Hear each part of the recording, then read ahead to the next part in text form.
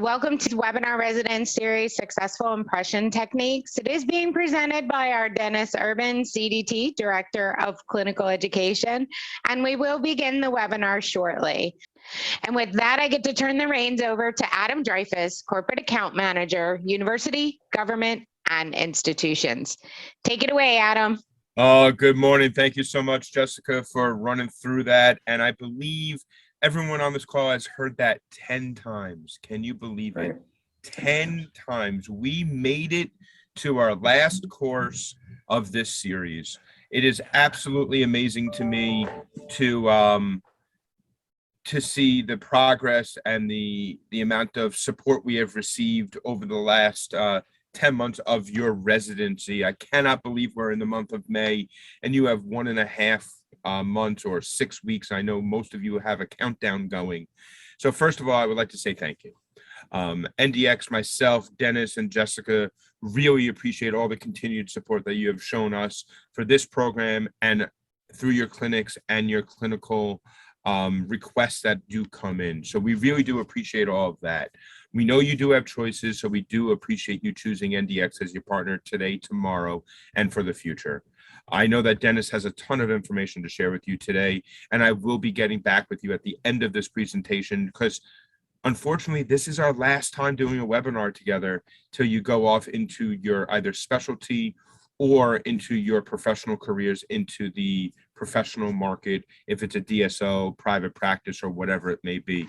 We have a lot more to discuss about that after this presentation. But without further ado, I turn it over to the guru, the encyclopedia, the dictionary, whatever adjective you want to give him, Mr. Dennis Urban, who will be presenting to you this evening. Dennis, take it away, my friend. All right. Thank you, Adam. Thank you, Jessica. And thanks, everybody, for joining us today. Yeah, I can't believe it's May and this is the last session. So 10 sessions have gone by already. And I'm a little bit thankful because the second Tuesday of next month, I can sleep a little bit later. So I'm looking forward to that. Yeah. So anyway, we're going to get started here. And today's presentation is called Successful Impression Techniques. I'm going to just really dwell on the traditional methods and materials because when I show you the next slide or the survey that was done, still the majority of impressions being taken are on with traditional methods. And we're going to touch on some of the digital aspect of it. I don't want to get too much into it because there wasn't enough time on the digital side, because next year we're going to get into it more. We're probably like a 2-part series on impression techniques.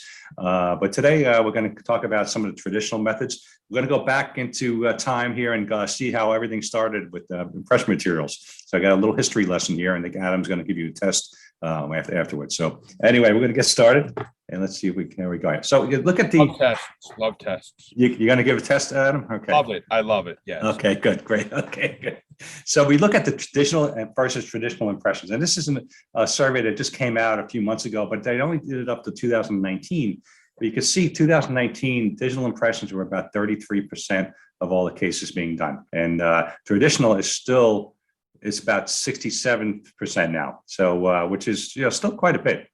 So those impression material companies who are worried about losing business and things like that, they lost some business, but a lot of them really transitioned over to the digital side. So we're going to talk about that, but it's so important to learn how to do this correctly and what to look for mistakes and things like that, because if you think about it, it's still the number one remake factor with any like crown and bridge case or dentures is still on bad impressions. And the number one phone call we make to doctors every day in the laboratory, because we're concerned about the way the case looks, is the on impressions. So we'll talk about quality control and what to look for and what not to do and what to do. And we're going to get started. But first, we're going to start with a little history lesson here. So, and I thought this was interesting. When I did the research on this, I was just fascinated by some of the information on different impression materials, what was used and what we're using now. So let's get started here. Oops, let me go back here. So we're going to talk about the history of dental impressions, predictability with impression techniques and materials, avoiding air entrapment. That's a problem, avoiding tearing and distortion, especially with crown and bridge cases. We have to have the adequate inspection of the impression after removal, which I talked about quality control. If you detect something in the dental office and you can fix it before you send it to us, it's going to save a lot of time and headaches. So that's really important. So, and we look at moisture control, cleanliness of the tooth preparation, talk about tissue retraction. We want to use cord, we want to use paste, or do we want to use both? So we'll talk about that also. Single unit crown impressions and multiple unit crown impressions. And we'll talk about, oops, let me go back here, sorry. And we'll talk about full denture cases with preliminary impressions, custom trays, pickup impressions, and we'll touch on open and closed tray impressions on implants. And then I added in over-denture reline impressions with locator cases, because this has been something that doctors, no matter when I do this presentation, they always ask, can you elaborate more on how we can do a successful reline with over-denture cases? So we're going to talk about that for about five minutes there. We'll go through those slides, and then we'll talk about the denture impressions too. After that, we'll get into a little bit of the implants, and then I'm going to turn it back over to Adam.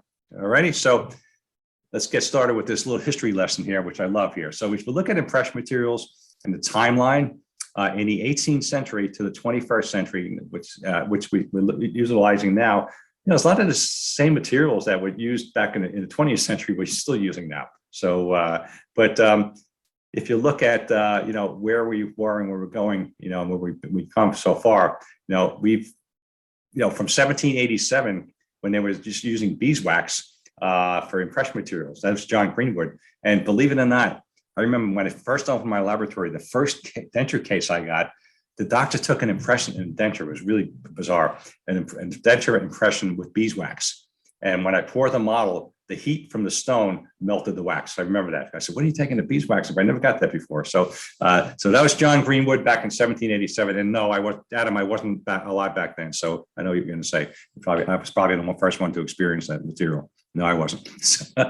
Anyway, so we look at 1820, and C.F. Del Barre, he invented the first metal impression tray.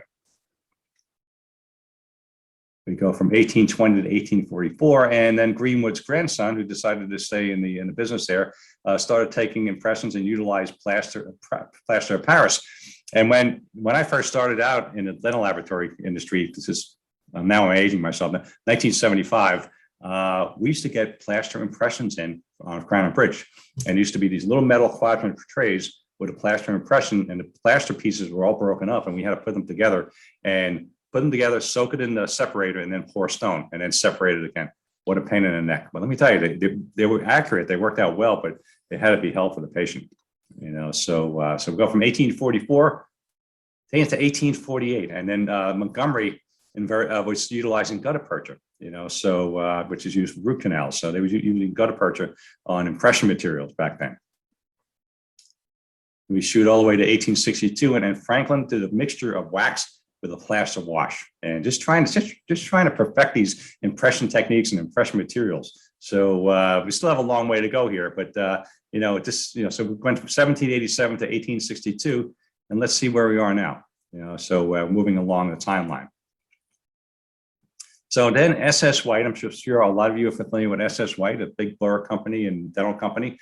They came out with modeling plastics, and they were being utilized for impressions also at that time.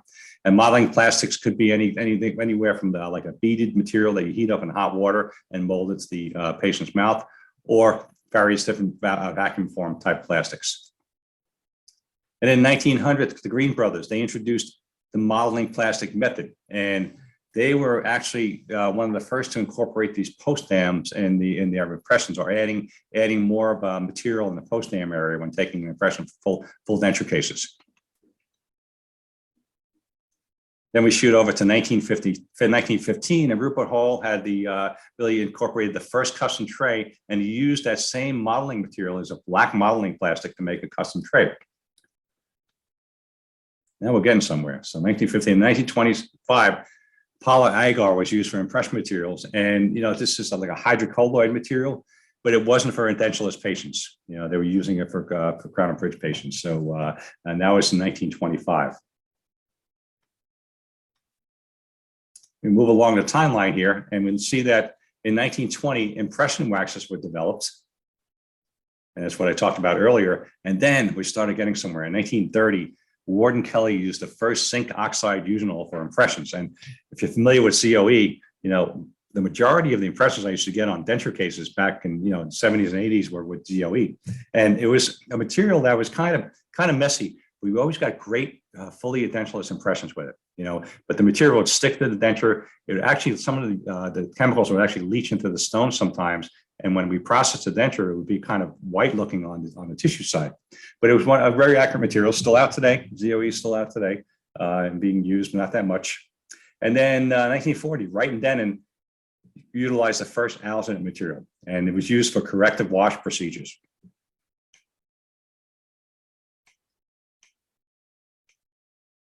So then we move all the way up to 1955, and this is the elastomeric impressions introduced, and that was like a polysulfide material, or like a rubber-based material and a silicon-based. And so that polysulfide material, that brown rubber-based material, we used to get a lot of those impressions in too. So, and then they were pretty accurate also. It had a really funky smell to it because it was a sulfur-based material. And then 1973, a moldable acrylic material introduced. It was a tissue conditioning material for functional impressions. And that was probably one of the first materials for functional impressions that was really successful. I think it was introduced by Coe. And Coe had that impression material that was functional impressions for patients who had immediate dentures and so forth. So, and that was very successful. And then we move along the timeline here, and we go up to 1982, and that's when things started changing. We had 3M SB invent the vinyl polystyrene material, or VPS, and this is what you're using mostly today. And this was the fresh material of choice, and it has been for many, many years. So that material is still being used. We're going to talk about some of the other ones. We had a little history timeline of one of the most popular materials, and that was way back in 1982. How far have we come with those types of materials? Well, yeah, we've improved them. Certain companies have better impression materials than others, but it's the materials aspect is very important. The quality material is essential for a successful case. So let's look at the remake factors. We talked about remake factors earlier, and it's still the number one factor in the laboratory for remakes is impressions. And number one is inadequate impressions. Number two is inaccurate occlusal registrations.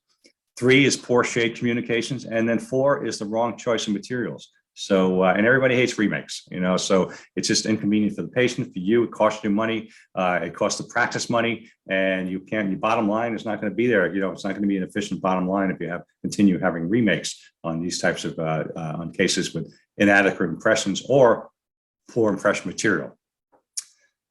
So let's talk about that VPS material we just talked about. What are VPS impressions? Well, VPS, they're made with a vinyl polysiloxane material, and it's pretty much the majority of it's used in the dental profession.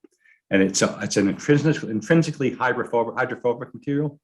And to increase that hydrophilicity, soap-like molecules are called surfactants are added. So when we go to pour these models in the laboratory or you pour them in the dental office, we usually spray it with a surfactant. It's like almost like a soapy type of material, but it helps to attract that moisture, so we have a better and more efficient and accurate model.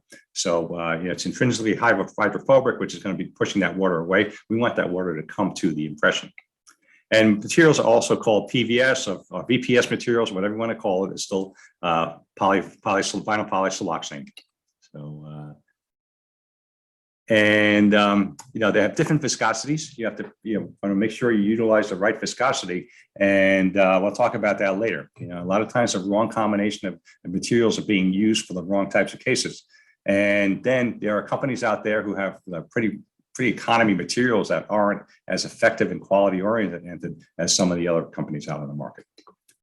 So this is just showing some of the materials, with the auto mix cartridges and putty. And so there's a lot of choices out there with a fast set, slow set, medium set. You have monophase, light body, heavy body, medium body. There's so many different materials to choose from. So it can get confusing. And the bottom line is when you see this video here, you can see that they're not lifting the gun from the tray. You don't want to create any voids when you're putting this material, especially when you have an auto mix cartridge or an automatic cartridge like this or automatic dispenser like this, because you don't want any voids to be created in these impressions. And then when you're doing a dual impression here, you can see here the same thing, but just layering it on top of this heavier body material for a more accurate impression. And then most of the time we're putting this lighter body material around the teeth also. So when you talk about polyether, this is another popular, most of the, crown and bridge impressions that we get, especially the quadrant impressions, I would say a good majority is with polyether impressions. And, polyether is a great impression material.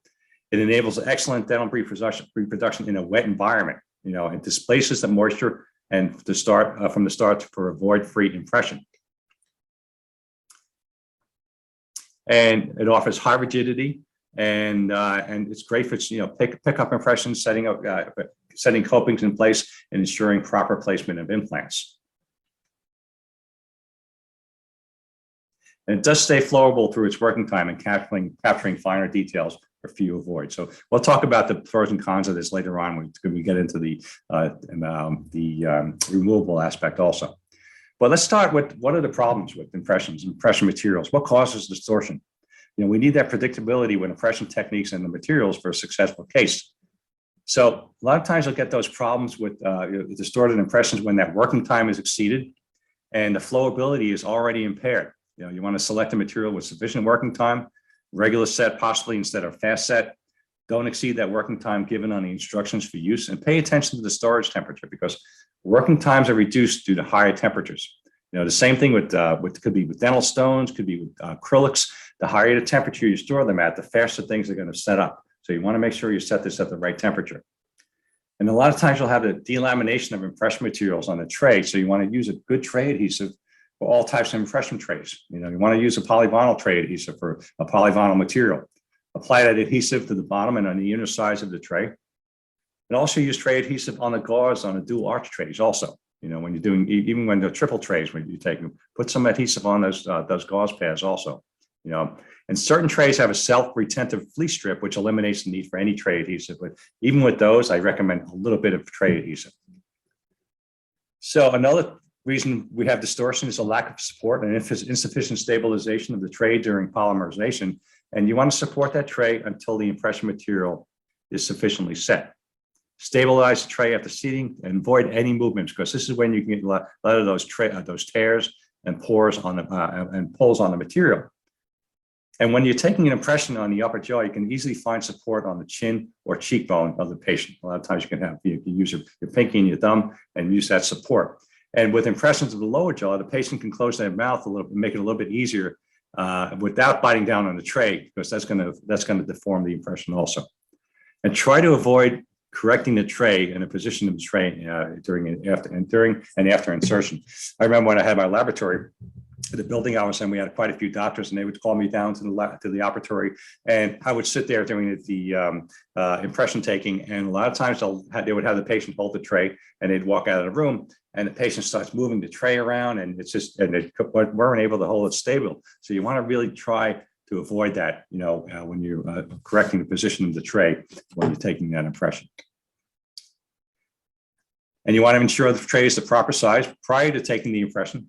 You don't want to struggle trying to get that tray in the mouth and trying to remove it. And you want to remove it along the axis of the prepared tooth if you're doing crown and bridge. And make sure the impression material is completely set before removal. I can't tell you how many times we get materials in a laboratory, you can tell it wasn't set when the doctor took it out of the mouth, and we have distorted margins and distorted impressions.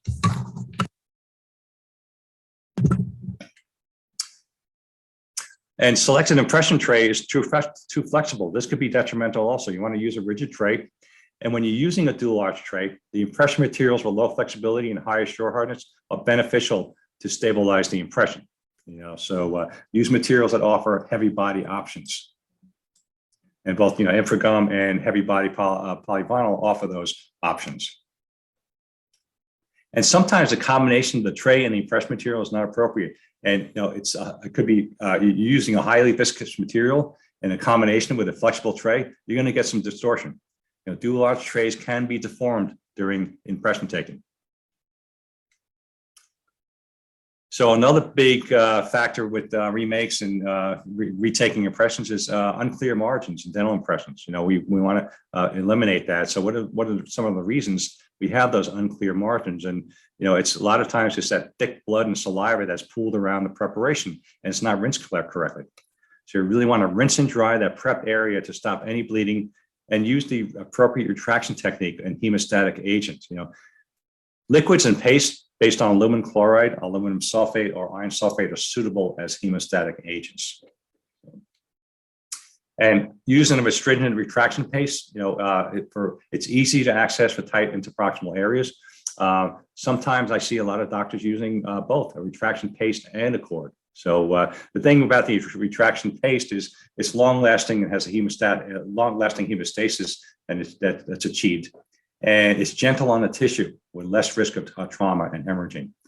Better patient comfort and effective retraction. On the other hand, with the retraction cord, which works very well when it's done correctly, sometimes it's difficult to accurately place. And then hemostasis is achieved by pressure, and usually requires a cord soaked in the hemostatic agent. So you're going to be soaking this in the hemostatic agent and then putting it around the prep. But a lot of times it's painful for patients, but it does have excellent retraction. And I think the combination of soaking this or utilizing both, you're going to get an excellent retraction for a great impression. So then you have also another problem with this is inhibition of setting time due to the acid retraction of the material. So if you're using a hemostatic agent or a paste, just make sure you clean that off really well, because look what happens. If you don't rinse it correctly, you're going to get an impression like this, and it's not going to be, it's not going to be good. You're going to have to redo everything over again. And then the inhibition setting of the impression material due to over contact with that sulfur from latex gloves. I know a lot of glove companies have stopped making these gloves with the sulfur in it, but we used to get impressions in the laboratory and the material wasn't set up, and we knew that the doctor used latex gloves with sulfur traces in it. And so now that most of the gloves now are nitrile gloves, but a lot of times we used to get cases where it had an effect on the impression material, and impression material wasn't set in certain areas. And then again, we talked about the temperatures before. Just make sure you store these at the right temperature, And then disinfecting has a lot to do with distortion also. I remember I used to lecture on this to our laboratories, dental laboratories, on infection control in a laboratory, and using the right glutaraldehyde and using the right disinfecting material. And many materials, disinfecting solutions have an effect on them. They're soaked too long. So you want to make sure that you disinfect it, but make sure you follow the time range that the manufacturer recommends. Do not exceed the immersion time in these materials, because it has an effect on the accuracy of the impression. So now, what causes dental materials to tear at the margins? Well, it's smear layers from custom temporary materials or provisional materials and cements. They have that oxygen inhibited layer that stays there near the prep sometimes when you're making provisional. You want to make sure you're going to clean that up really well. So, and don't use impressions already used to fabricate provisionals for that final impression, because you're going to have residue on there, and it's going to have an effect on the setting time and the accuracy of the material. So just be careful about that. So.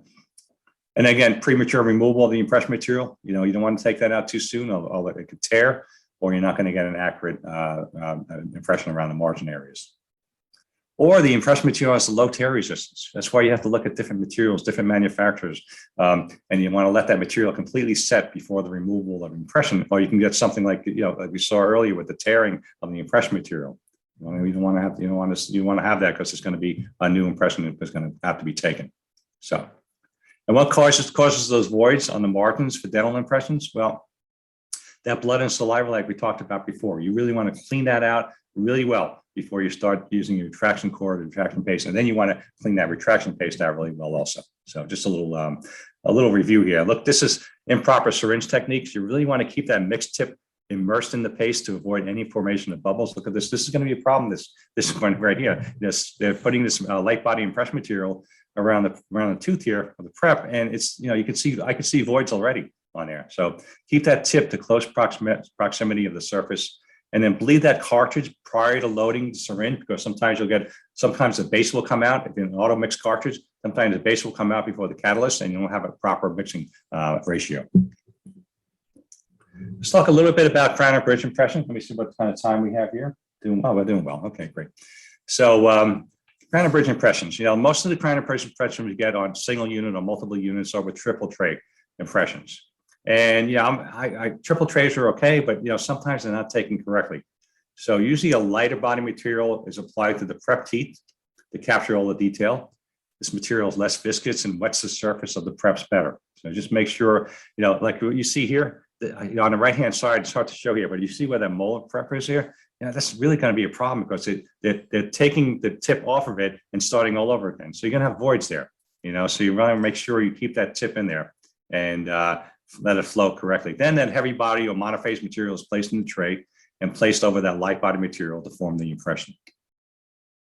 It's going to cause a little compression and you get some accuracy. So I could see also on a distal of one tooth here, I could see a void already that I could see on a buckle of the tooth on his bicuspid. There's going to be a problem.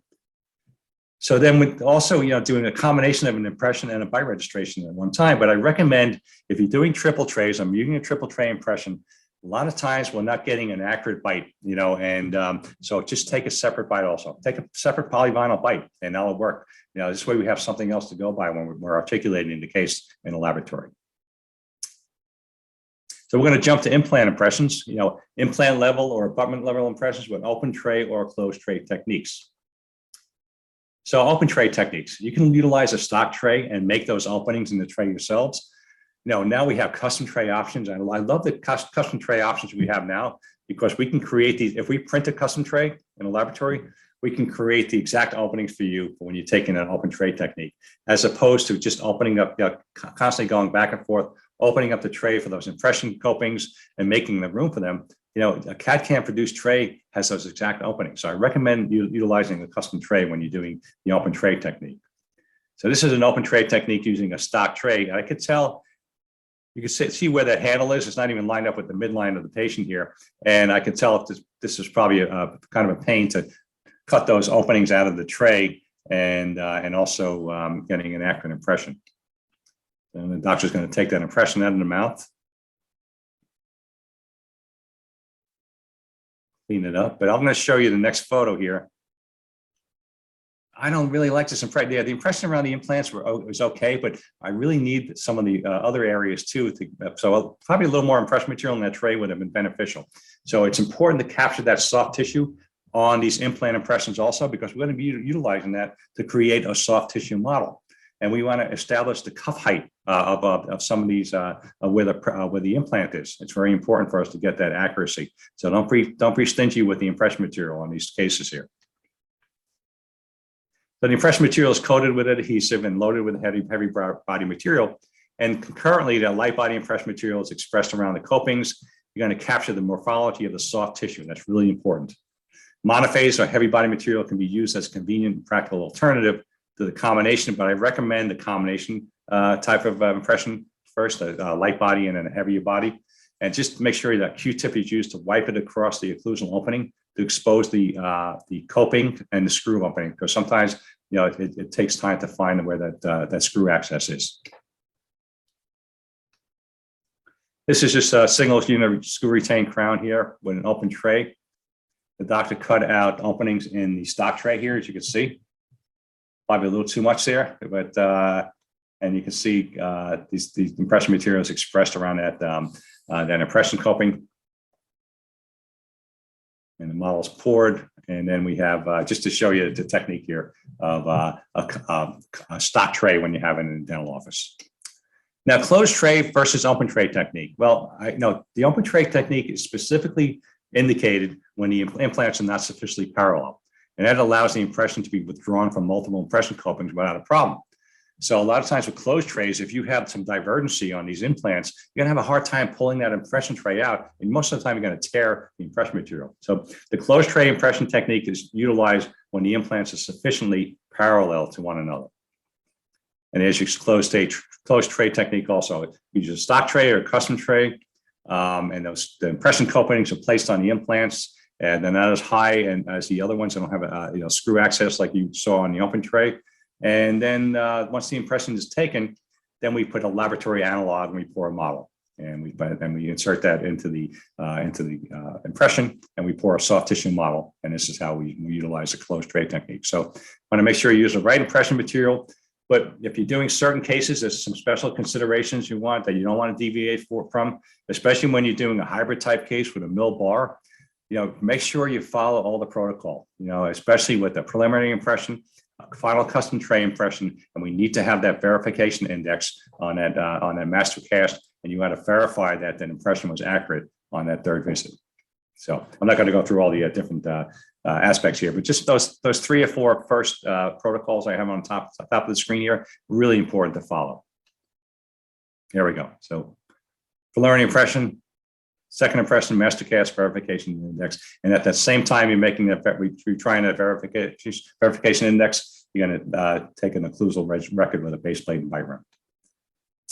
So this is what I talked about before, relying impressions of full overdentures, you know, and many of the questions I get on, say, an overdenture with locator attachments.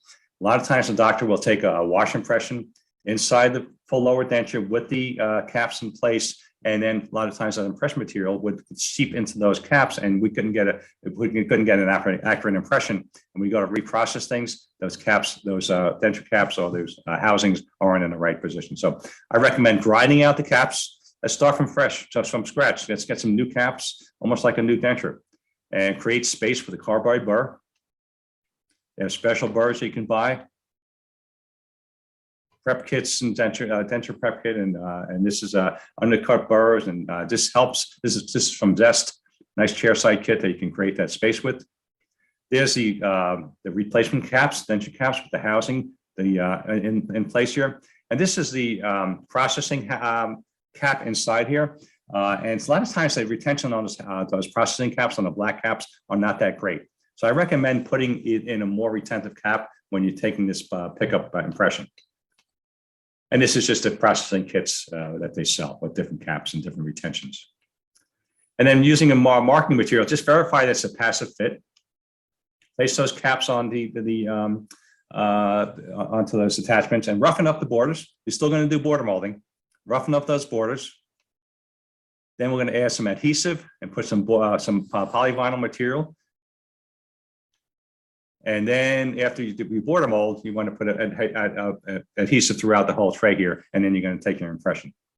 And here's your final locator impression for your overdenture case. I'm going to put model analogs in here, core denture, and I'm going to do a lab reline for you and then send it back to you. You can, you know, most of the time we're processing these attachments in the office, but you can also, we can leave this open. We can leave a space there so you can process the chair side also. But yeah, just a quick overview of these overdenture cases, how to do a correct reline. I recommend replacing the whole cap and the whole attachment. Okay, this is just some of the parts here. There's a model, the impression analog, and we're going to pour a model. So let's touch on full denture impressions. Let me see what kind of time we have here. We have 8:34. Okay, great.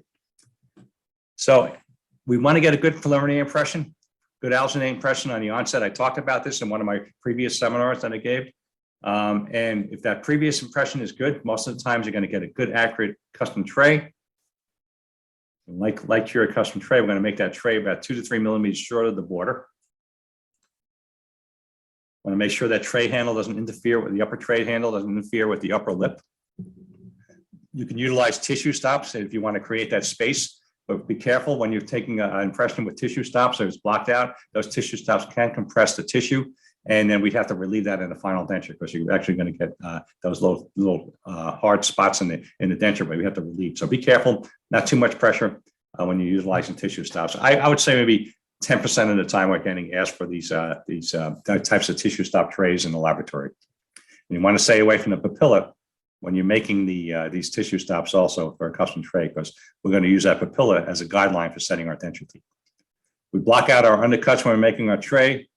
Sometimes we utilize perforations. Be careful. If you're utilizing a light body material, that light body is going to really run through all those perforations. You're not going to get the correct compression on these trays. So, and we're ready to take that final impression. And of course, you're going to do border molding like I showed before. So again, adhesive, heavy body material. You can use, you know, a compound material if you like. Most of the time we're getting heavy body material, put it in the patient's mouth. Have the patient move around their cheeks and get that good impression of the musculature and the muscles of the mouth. And then make sure there's adhesive inside the impression and go over with a light to medium body. There's some compound material you can utilize. And then we have a final impression. And if you're doing a functional impression with an occlusal rim, like a combination of you doing a bite and a bite registration and an impression in one time, this works out great. It eliminates a visit. but you still have to bore the mold and take an impression. So, and there's your master models with the functional tray and the impression here. So, and bite registration using the functional impression with those therapeutically designed bite rims are just one of the best ways to transfer the oral situation to the articulator, so we can give you a great, accurate case. And this final impression, just make sure it's accurate, make sure it looks good, and you want to utilize a good material that's going to be consistent. And there's your final impression. This here is an inaccurate impression. You got a loss of detail from excess saliva. And I did, you know what, it was a polyether impression material was utilized for this full upper impression. And sometimes you'll get more pressure areas with that polyether material. I recommend a nice polyvinyl, a light to medium body polyvinyl material. So then we have pressure areas. You can see the tray showing through here. This is going to be a problem if we go ahead and utilize this tray, because I recommend making a new custom tray with a new impression using a light to medium body polyvinyl material. And be careful, this is an actual impression. I think I showed this in one of my previous presentations. This poor patient was sitting back in the chair and when impression material went all the way down the patient's throat. And the loss of the detail, there was no border molding done. So all this trouble this patient that the doctor took to take this impression, and the patient went through hell, but it had to be taken over. This is a nice impression here, a nice accurate impression. Full border molding on this functional impression with a bite registration. So this is what we want to get. I just want to touch a little bit on it. Pickup impressions here first, before we get into the digital aspect of it. When you're taking a pickup impression, especially on an old denture, like this is an old denture, probably adding some teeth to it. Many times I see a pickup impression being done with a polysulfide material or an infragum impression. And when we try to get this denture out of that impression, a lot of times things break. And even with a metal framework, like a partial denture framework, just be careful when you're taking. If you have a really undercut case, it's going to be hard for us to get that out of the impression. And it's going to cause problems. We might even bend the framework. So you can use like a nice Allison impression, or maybe like a medium body polyvinyl material for pickup impressions. That'll work great. Like something like this, for us to get this out of a polyether impression, this framework, most likely we're going to bend this framework. So this is a crown under a partial case that we needed a good accurate impression. And but you know, it was a polyvinyl impression. So, but we got lucky with this. But most of the times we're bending that framework. All right, let's touch on, I think we have a few minutes here. Let's just touch on the digital aspect of impressions. I'm not going to get too deep into it, just to show you what's available and the correct protocol on these types of impressions. But you know, the digital impressions becoming more and more popular. They're easy, easy to do. You know, it's a little learning curve, but once you get the hang of it, I mean, it's great. You know, it's a great communication tool. So you know, it's a method of gathering data, planning, and designing using these digital impressions. And we get that STL file in a lab. We can see things on the screen that we've never seen before. We never saw before. So it's great. But the basics on iOS intraoral scanning, same thing. We want that cheek retraction. You want to get that patient comfortable, and you want to pretty much get that same accuracy that you're looking to get in when you're taking the traditional impression. So, and then as far as before you're scanning, you're still using retraction paste and saliva absorbents, and you want to make sure that you have adequate preparation reduction and occlusal clearance prior to that scanning. So this is like a little prep check here to make sure you have that occlusal clearance. The little tips and tricks here, and the opportunity for improvement, you can see it on a screen. If you can see that it's an inaccurate impression, and you can, and you want to make sure you're going to be capturing everything we need for a successful crown on this particular case. So, we want to look at what the problems might be. You can see where that circle is drawn. There's some distortion there. So we want to either rescan this. You might have to utilize a retraction cord or paste again and retake that and scan.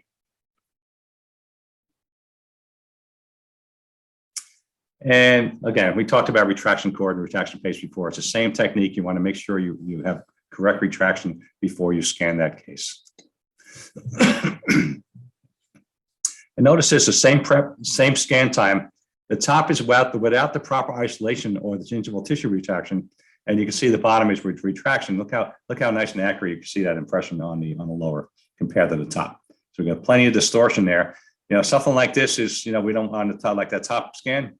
We're going to look at that and call you up and say, listen, this has to be rescanned. We can't utilize this. Again, good gingival retraction. There's a lot of different tools out there, different materials you can utilize. Make sure you have the right cord packer and the right retraction cord and the right type of material for the retraction. So that I'm not going to go into this. We don't have time to get into this too much today, but we will get into this next year. We'll probably do a 2-part in-depth series on digital impression taking too. So this is just some of the options out there. There's something, it can get confusing. There's a lot of different impression scanners out, intraoral scanners out there.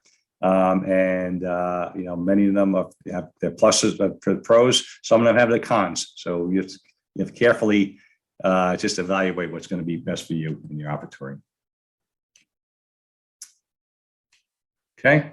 And then a learning curve, look at this. It's like 1 to 5 scans. It's pretty, you're getting the hang of it a little bit, but it takes about 20 scans before you really get the hang of what you're doing. You know, even with digital dentures, I mean, it takes a long time just to learn how to utilize and to design these cases. And some people say it takes up to 6 months of doing designs before you really get the hang of it. But intraoral scans are fixed crowns, bridges, onlays, veneers. We're using it for surgical guides, bite splints now. We're utilizing digital scans of bite splints. And what's great about it, we always have that file. Anything ever goes wrong, we can pull up that file and remake the case and do what we need to do because we have that digital file. Okay, so, and we can look at things. We keep a specific doctor's high remake or high need on alert status file. And so we can see, if we see something happening over and over again, we'll contact you, something that's detrimental to the case, because something is wrong here. So it could be the problem with the scanner, could be the problem with the technique. We want to partner with you and giving you that consistent, predictable case every time that's going to be successful. Okay, and this is just the work overflow, digital implant work overflow from the scanning, the quality control, the implant manufacturer, and you can see how many quality control points we have at the laboratory. So that this, you know, we can look at every aspect of this before we ship it to you to place that prosthesis in the mouth here. So there's a lot of different things we go through. The quality control in the laboratory is the most important part, and it all starts with the onset of the impression. And I think Adam teased me last time when I said, you see something, say something, because you see something wrong. You want to stop the case and say something before you go through all the way to the quality control part before you ship the case, because it's going to be a problem. So it's going to touch on this now. What about intraoral scanning with full arch cases? Well, you know, scanning is possible. It's still not perfect yet, you know, so they're still having some problems with this, especially with undercut cases. You know, you can use an indelible pencil to help with the stitching issues, but, you know, they help with that as a reference for landmarks. But cases with tissue texture and landmarks are going to be easier to scan. So we want to make sure we capture all those anatomical landmarks if we're doing these scans on digital dentures. And most of the time, what's happening now, we're getting scans of the wash impression or the impression and utilizing those for digital dentures. So, and this is just a quick, I think we talked about this last time. This was just go back here. A test that was done with Dr. LaRusso, and he did a design scan for optimal scan experience for edentulous patients with 3Shape. And you can see he had a directional technique that he utilized on the upper. You can see on the left-hand side, he went from the crest of the ridge from the hairline notch to the other side. Then he went in the palatal area, and then he went on the periphery area, and he got accurate impressions every time. So he's been successful with his impressions. And even on the lower, he started with a retromolar pad, went to half of the ridge, then came back and went back to the buccal part of the retromolar pad, and he got a successful impression. So he's been very successful with this. But the Journal of Prosthodontic Research from February 2020, they did a study on 29 patients, and they had limitations on the present study. They said the investigative scanners were not able to accurately, fully reproduce an impression with a complete denture. So they had some problems, but if you look at it, they were also scanning this in a different direction. So I think possibly if they utilized Dr. LaRusso's scanning procedure, they probably would have had some good results. But still being worked on, it's still being, you know, it's an evolving technology. Hopefully in the next couple of years, we're going to be all digital when it comes to dentures and be able to scan those fully edentulous ridges. So really important when you take your impression, evaluate that accuracy before you send it to the laboratory, or we'll evaluate it for you. But, you know, just make sure you use good material, evaluate that accuracy, and you want to make sure you eliminate any remakes by doing this beforehand. But again, Thank you for joining us today. And of course, the ultimate goal is patient satisfaction. And I want to wish all of you lots of luck in the future. And it was great being with you these last 10 episodes of this resident series. Thank you so much. Dennis, thank you so much for sharing your information today. It is quite incredible the history that you just took us through when it comes to impression taking. And what I will tell everyone on this call is that the evolution of impression taking is in rapid speed today, which I think you all know. But just imagine that's just you capturing the information to give to the laboratory, and the rapid evolution inside the laboratory is immense as well. And please know that you have a partner in NDX today, tomorrow, and for the future. And I know that you've all heard me say that. NDX is a national partner, even international partner at this point. That we have over 68 domestic laboratories across this country. And then we also have some entities outside of this country. And what I'm getting at is that our partnership does not end when you end your residency. We want to be in your career. We want to be there for you moving forward. So we do have a website that we want you to visit. And the website, which I believe you can see now, is nationaldentex.com/resident-edu. On this website, we have a form. We want to stay connected with you. Why do we want to stay connected with you? Not because we want to solicit you. We want to stay connected with you because we actually want to see how successful you're going to be. And we want to aid you in your success. So please share your information with us. Please go to the website. Please know that there is an enormous amount of information that you can receive from us, from education to promotions to everything else. Another little tidbit is that we understand that making a career choice after your residency can be challenging. NDX is partners with private practices and a ton of DSOs. Know that we have an enormous reach. I believe we're on contract with roughly 176 DSOs throughout the country, something to that number. We deal with the biggest to the smallest. So if you have any questions, any referrals that you would like to get, please reach out to myself, to Dennis, to Jessica, to anyone on the NDX team. We are more than happy to be there for you today, tomorrow, and the future. And like I said, that's my coin phrase. You will hear it in nauseam constantly. Please don't be strangers. I'm really hoping to be able to see you in your continued education. If you're going to go into a specialty, hopefully we're working with that program. If you've enjoyed your experience with us, please reach out to me. We'll be more than happy to reach out to that program to see how we can support them. We have so much more we can bring to the table. Not that we haven't brought a ton already. And I make fun of Dennis when I say that he's an encyclopedia. Yes, I got stuck on the number of 1975 today.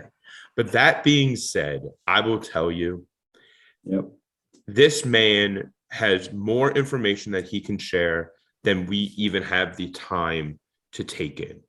Please reach out to us. He's more than happy to share that knowledge with you. We do put on other presentations, and we really want your feedback. This is for you. This is not for Dennis. This is not for me. This is not for Jessica. This is not for NDX, to be honest. This is for you, and this was put together for you by your leadership. We want your feedback to know what we can improve upon, what we should keep, what we potentially should alter. So all feedback is good feedback.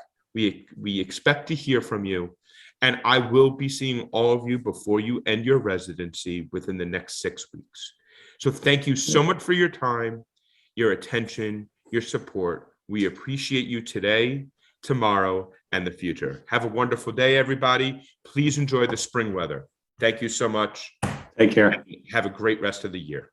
Thank you. Good luck in your careers. Thank you.